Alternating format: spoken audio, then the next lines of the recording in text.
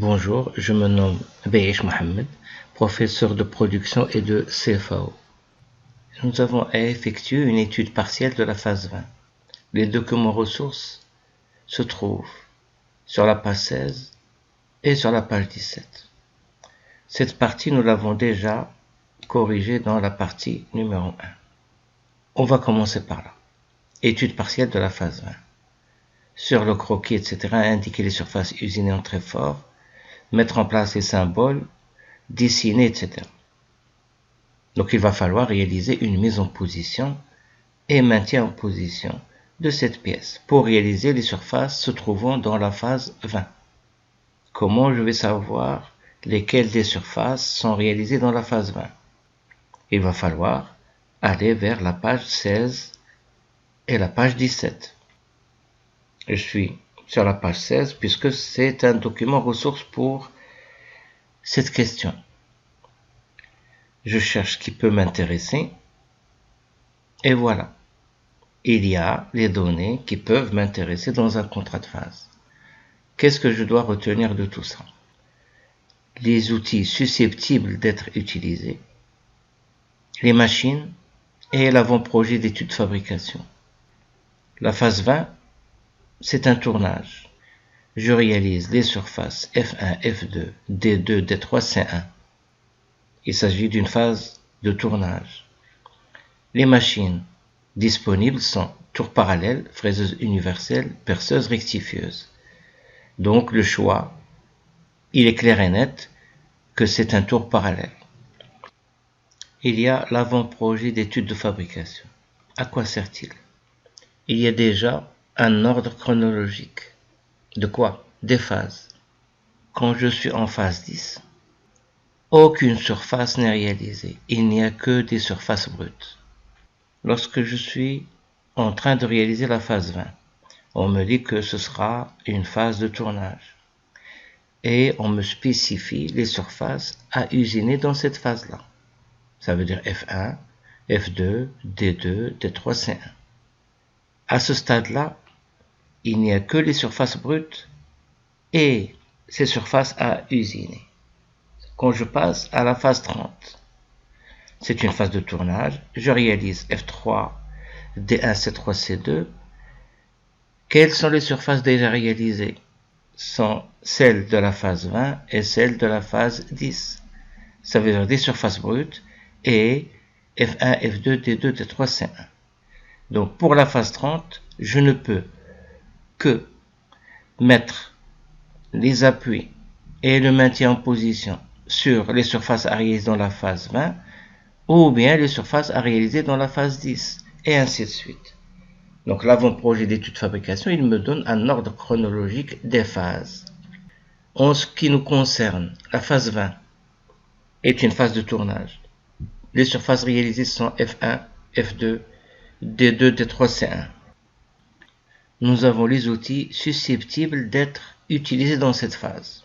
On ne va pas dire qu'on va utiliser tous les outils, mais on nous propose ces outils-là. Et il faut prendre les outils qui sont là et pas d'autres outils. Ça, c'est très important. Là, on limite notre choix quant aux outils utilisés. Document ressources 17. Qu'est-ce qu'il y a? Il y a le dessin de définition et ça, c'est la CFAO.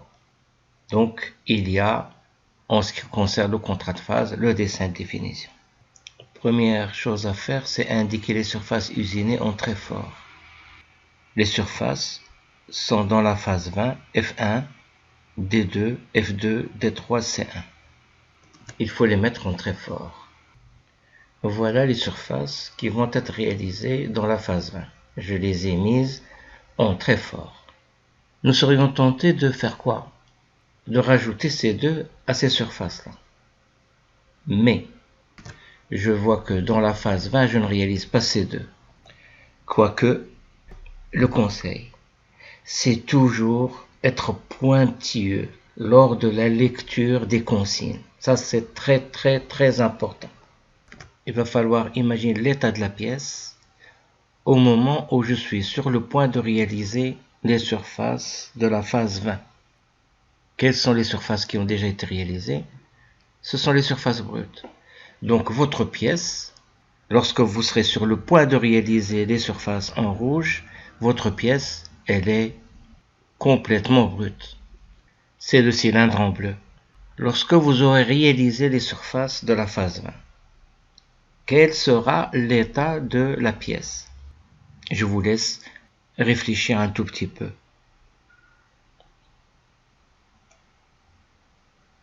Bien sûr, la surface F2 va aller jusqu'à la surface brute. Voilà quel sera l'état de la pièce après avoir réalisé les surfaces de la phase 20. On remarque que l'alésage ici, il va jusqu'à la surface brute. Et là, ça pose un problème. Pourquoi? Parce que l'alésoir est un outil de finition. Et il va attaquer en fin de course une surface brute. Donc il va s'user beaucoup plus rapidement que si la surface était usinée. Donc là, c'est un problème d'avant-projet d'étude de fabrication. Mais moi, j'ai des données, donc je dois faire avec ces données. Je ne dois pas réfléchir. Je réfléchis aux réponses à la question précise qui m'est imposée. Voilà l'état de la pièce après la phase 20. La mise en position. Je ne peux me prendre que sur les surfaces bleues. Ce sont des surfaces brutes. J'ai le choix entre un centrage long sur le diamètre ici et un appui ponctuel ici. Ou bien le contraire, un appui plan plus un centrage court. Le cylindre ici ne me permet pas d'assurer un centrage long. Pourquoi? Parce que sa longueur, elle est largement inférieure à son diamètre. Donc, ce sera un appui plan sur cette surface plane brute et un centrage court sur le cylindre brut, bien sûr. À la deuxième ligne, on me parle de symboles technologiques. Voilà, j'ai plein de symboles technologiques. Celui-ci, c'est pas un symbole technologique. C'est un symbole de la symbolisation géométrique. Celui-ci, c'est un maintien en position. Lorsque je vais mettre ma mise en position, normalement sur un tour, et vu que j'ai un appui plan et un centrage court, je vais utiliser un mandrin 3 morts. Donc, c'est un système à serrage concentrique, ou bien celui-ci, ou bien ce symbole-ci. Donc les deux ici ne font pas l'affaire. Est-ce que je vais utiliser ce symbole-là? Non, celui-ci. Sur cette surface-là? Oui, possible. Mais c'est une surface brute. Donc, je ne peux pas l'utiliser étant donné qu'il est destiné à être appliqué sur une surface usinée. Celui-ci, si vous vous rappelez bien, c'était pour centrage long dégagé. Je n'ai pas de centrage long, donc il me reste ces choix-là. Celui-ci non plus. Je dois mettre celui-ci sur le cylindre pour indiquer que c'est un centrage court à serrage concentrique et celui-ci sur la surface brute. Je peux bien sûr mettre un autre appui ici pour montrer que c'est un appui plan.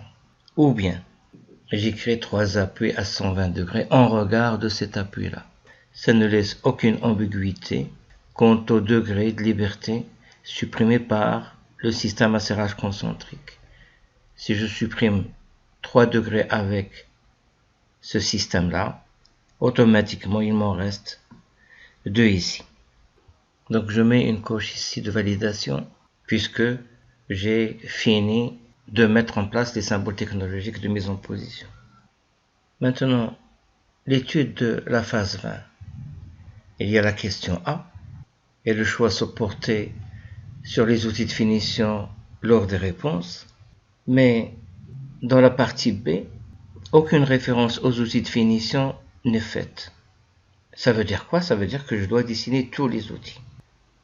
Pour l'alésage D3, qui a un diamètre 36H7, le brut c'est un étiré, donc il n'y a ni trou ni rien du tout. Et par la suite, il faut un forêt à centrer, un forêt, un outil à aléser, puis un alésoir. Cette surface, il nous faut un outil coudé. Donc le dressage doit se faire en premier, puis je peux à ce moment-là réaliser toute cette partie-là, puis l'alésage pour ce diamètre-là et cette surface.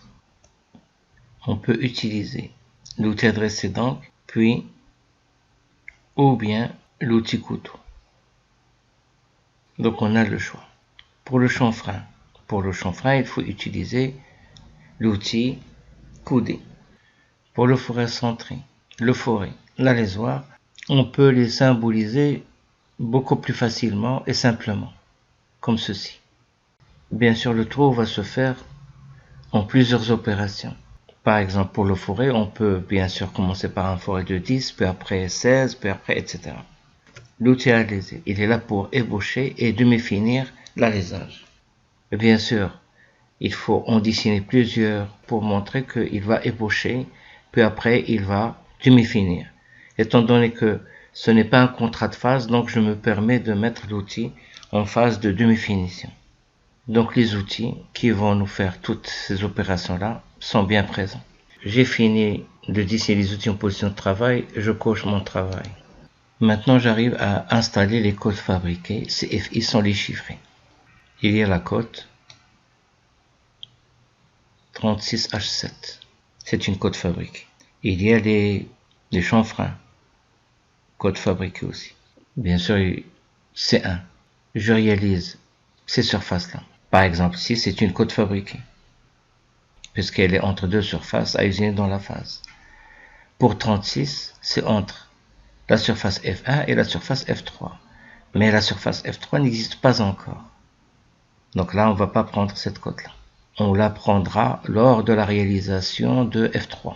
Il y a le diamètre aussi, 60. L'opération de dressage nécessite une cote entre cette surface-là et la surface brute. La surface brute constitue par convention, puisque cette surface-là est un départ d'usinage, pour la cote fabriquée on met un point. Nous avons la cote 6 plus ou moins 0,1, c'est entre cette surface-là, F2 et F1.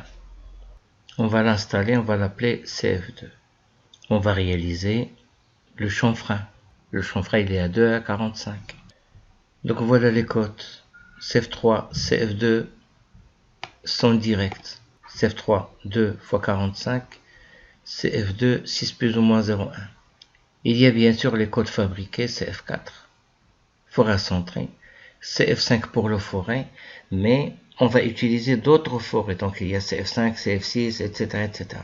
Mais ça, pendant l'examen, il faut gagner du temps. En plus, ce n'est pas demandé. Venons à l'outil à aléser. Je peux bien sûr le mettre à l'intérieur. L'outil alésé est un outil d'enveloppe. Ça veut dire, s'il descend vers le bas, il augmente le diamètre. S'il va vers le haut, il diminue le diamètre. Donc la cote fabriquée, comme c'est déjà expliqué dans des vidéos précédentes, elle part de l'axe vers le point générateur de l'outil. Puisque le diamètre brut est un départ d'usinage, donc on va mettre un point ici. On avait vu aussi qu'on pouvait représenter cette cote-là sous cette forme-là, 2 fois CF6. Donc ou bien vous installez cette cote-là, ou bien celle-ci. La cote de l'alésoir. Après vérification, j'ai constaté que j'ai oublié le diamètre 60.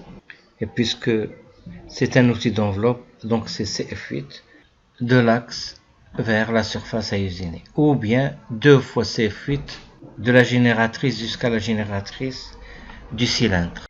Voilà le contrat de phase. J'ai fini d'installer les codes fabriqués. Je coche. Donner le type de porte-pièce à utiliser pour réaliser cette phase. C'est un mandrin à 3 morts dur, vu que toutes les surfaces de référence sont brutes.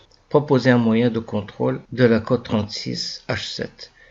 On parle ici de contrôle. Il y a les moyens de mesure et les moyens de contrôle. Les moyens de mesure nous permettent de lire la valeur de la dimension. Les moyens de contrôle nous renseignent sur la dimension, est-ce qu'elle est bonne ou non, sans en connaître la valeur. Pied coulisse, micromètre, jauge de profondeur, ce sont des instruments de mesure. Donc ici, nous avons deux moyens de contrôle des alaisages. Il y a un côté entre, c'est le plus long, et un côté n'entre-pas, c'est le plus court des deux. La même chose ici. Vous voyez bien, il y a le terme entre, c'est la partie la plus longue de la jauge plate. Bien sûr, c'est rectifié, etc. Donc là, ça nous permet de contrôler si l'alésage est bon ou non. Mais je ne peux pas savoir quelle est sa dimension.